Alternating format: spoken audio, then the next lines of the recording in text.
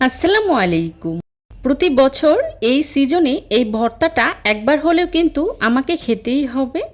এই সিজনের সবথেকে মজার একটি রেসিপি। এই আইটেম তৈরি করলে ভাতের সাথে আর অন্য কিছুই লাগে না। কাঁঠাল খাওয়া শেষ হলে কখন যে বিচি শুকাবে সেই অপেক্ষায় থাকি। যতই বিচি সংরক্ষণ করে রাখি, তাজা বিচির ভর্তাটা খেতে কিন্তু বেশি মজার হয়। কাঁঠালের বিচির এই ভর্তাটা এতটাই মজার হয় যে নিমিষেই কিন্তু এক প্লেট ভাত শেষ হয়ে যাবে। সো কথা না বাড়িয়ে চলুন তাহলে মূল রেসিপিতে। আজকের এই মজাদার কাঁঠালের বিচির ভর্তা তৈরি করার জন্য প্রথমে আমি এখানে চুলায় একটি প্যান বসিয়েই তার মধ্যে দিয়ে দিচ্ছি কাঁঠালের বিচি। কাঁঠালের বিচিগুলোকে আমি আগে থেকেই খোসা ছাড়িয়ে খুব ভালো করে ধুয়ে পরিষ্কার করে নিয়েছি। এবার 1 চা চামচ লবণ দিয়ে পরিমাণ মতো পানি দিয়ে কাঁঠালের বিচিগুলোকে আমি খুব ভালো করে সিদ্ধ করে নেব। পানির পরিমাণটা এমনভাবে দিতে হবে যেন কাঁঠালের বিচিটা সিদ্ধ হয়ে যায় আর পানিটাও পুরোপুরি শুকিয়ে যায়। কাঁঠালের বিচিতে পানি থাকলে কিন্তু ভর্তাটা খেতে একদমই ভালো লাগবে না, তাই পানিটা পুরোপুরি শুকিয়েই কাঁঠালের বিচিগুলো সিদ্ধ করে নেবেন। দেখতেই পাচ্ছেন আমি বেশ অনেকটা সময় নিয়েই কাঁঠালের বিচিগুলোকে খুব ভালো করে সিদ্ধ করে নিয়েছি আর পানিটাও পুরোপুরি শুকিয়ে গিয়েছে। এই পর্যায়ে কাঁঠালের বিচিগুলোকে আমি চুলা থেকে নামিয়ে এক সাইডে রেখে দিচ্ছি। এবার চুলায় অন্য একটি প্যান বসিয়েই তার মধ্যে দিয়ে দিচ্ছি রান্না করার রেগুলার তেল 1 টেবিল চামচ। তেলটা হালকা গরম হয়ে আসলেই দিয়ে দিচ্ছি পরিমাণ মতো মরিচ। আমি এখানে শুকনো মরিচ দিয়ে ভর্তাটা তৈরি করব, তাই আমি পরিমাণ মতো শুকনো মরিচ নিয়েছি। আপনারা চাইলে কিন্তু কাঁচামরিচ দিয়েও তৈরি করতে পারবেন। এবার মরিচটাকে আমি কিছুটা সময় নিয়ে খুব ভালো করে ভেজে নেব। আমার মরিচটা ভাজা হয়ে গিয়েছে, এবার চুলা থেকে নামিয়ে নিচ্ছি। একই প্যানে দিয়ে দিচ্ছি কয়েকটি রসুনের কোয়া। আমার রসুনের কোয়াগুলো বড় ছিল, তাই আমি মাঝখান থেকে কেটে দিয়েছি। রসুনটা ভাজা হয়ে গেলেই দিয়ে দিচ্ছি কিছুটা ছোট চিংড়ি মাছ। চিংড়ি মাছগুলোকে আমি আগে থেকেই খুব ভালো করে ধুয়ে হলুদ মরিচ আর লবণ মাখিয়ে নিয়েছিলাম। এখন চিংড়ি মাছগুলোকে আমি ভেজে নেব। এই সামান্য কিছুটা চিংড়ি মাছ দেওয়ার কারণে ভর্তাটা যে খেতে কতটা ভালো লাগে সেটা কিন্তু আপনারা কেবল বাসায় ট্রাই না করলে বুঝতেই পারবেন না। তবে আপনারা চাইলে কিন্তু চিংড়ি মাছের পরিবর্তে এখানে যে কোনো শুটকি অথবা চিংড়ি মাছের শুটকিটাও ব্যবহার করতে পারবেন। চিংড়ি মাছগুলো ভাজা হয়ে গেলেই দিয়ে দিচ্ছি পেঁয়াজ কুচি বড় সাইজের 2টি। এখন পেঁয়াজটাকেও আমি খুব ভালো করে ভেজে নেব। সব কিছুকে আমি একসাথে খুব ভালো করে ভেজে নিয়েছি। এবার চুলা থেকে নামিয়ে নিচ্ছি। চুলা থেকে নামিয়ে এক সাইডে রেখে দিচ্ছি। আজকের ভর্তাটা আমি শিলপাটায় তৈরি করব না। আজকের ভর্তাটা আমি তৈরি করব মাটির বাটনা বা পিষনিতে। তবে আপনারা চাইলে সেমভাবেই শিলপাটায় অথবা ব্লেন্ডারেও ভর্তাটা তৈরি করে নিতে পারবেন। প্রথমে আমি আগে থেকে ভেজে রাখা শুকনো মরিচগুলোকে খুব ভালো করেই ম্যাশ করে নিচ্ছি। আমি কিন্তু বেশ কিছুটা সময় নিয়েই শুকনো মরিচগুলোকে খুব ভালো করেই ম্যাশ করে নিয়েছি, দেখতেই পাচ্ছেন। এখন এর মধ্যেই দিয়ে দিচ্ছি আগে থেকে ভেজে রাখা রসুন, চিংড়ি মাছ আর পেঁয়াজ কুচি। এখন সবগুলোকে আমি একসাথে খুব ভালো করেই ম্যাশ করে নেব।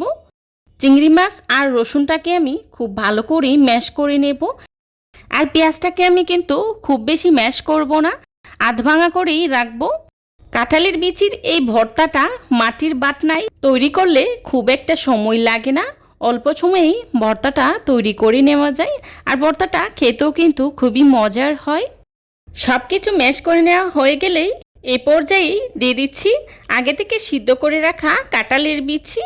এবার কাঁঠালের বিচিগুলোকে আমি খুব ভালো করেই ম্যাশ করে নেব।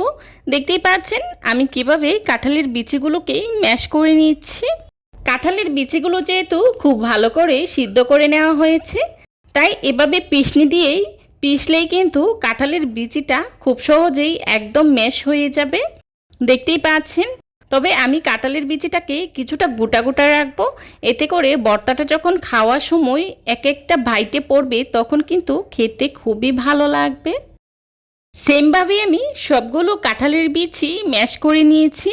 দেখে নিশ্চয়ই বুঝতে পারছেন আমি কিভাবে ভর্তাটা তৈরি করে নিয়েছি।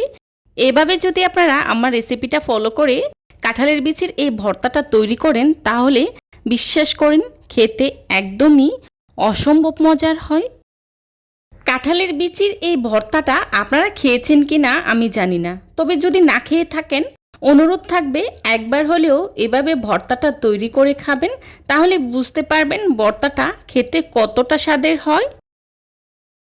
সবগুলো কাঁঠালের বিচি আমি খুব ভালো করে ম্যাশ করে নিয়েছি।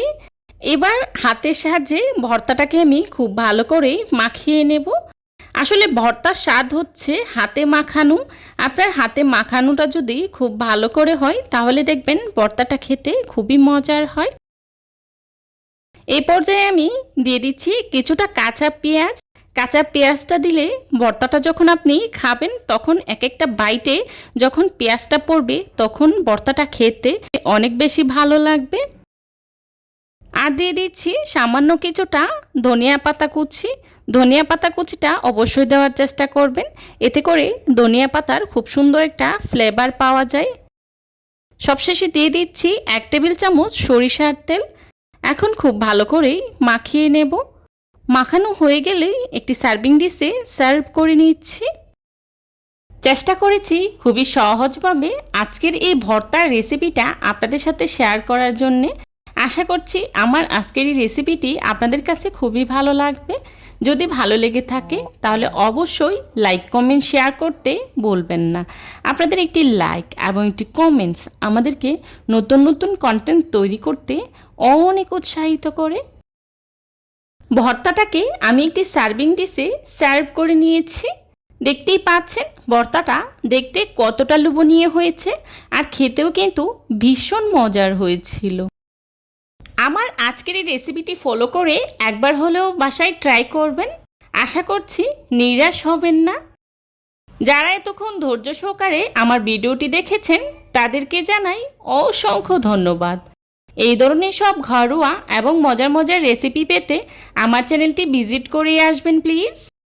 আমার পরবর্তী রেসিপি দেখার আমন্ত্রণ জানিয়ে আজকের মতো এখানেই বিদায় নিচ্ছি। সবাই ভালো থাকবেন, সুস্থ থাকবেন। আল্লাহ হাফেজ। আসসালামু আলাইকুম।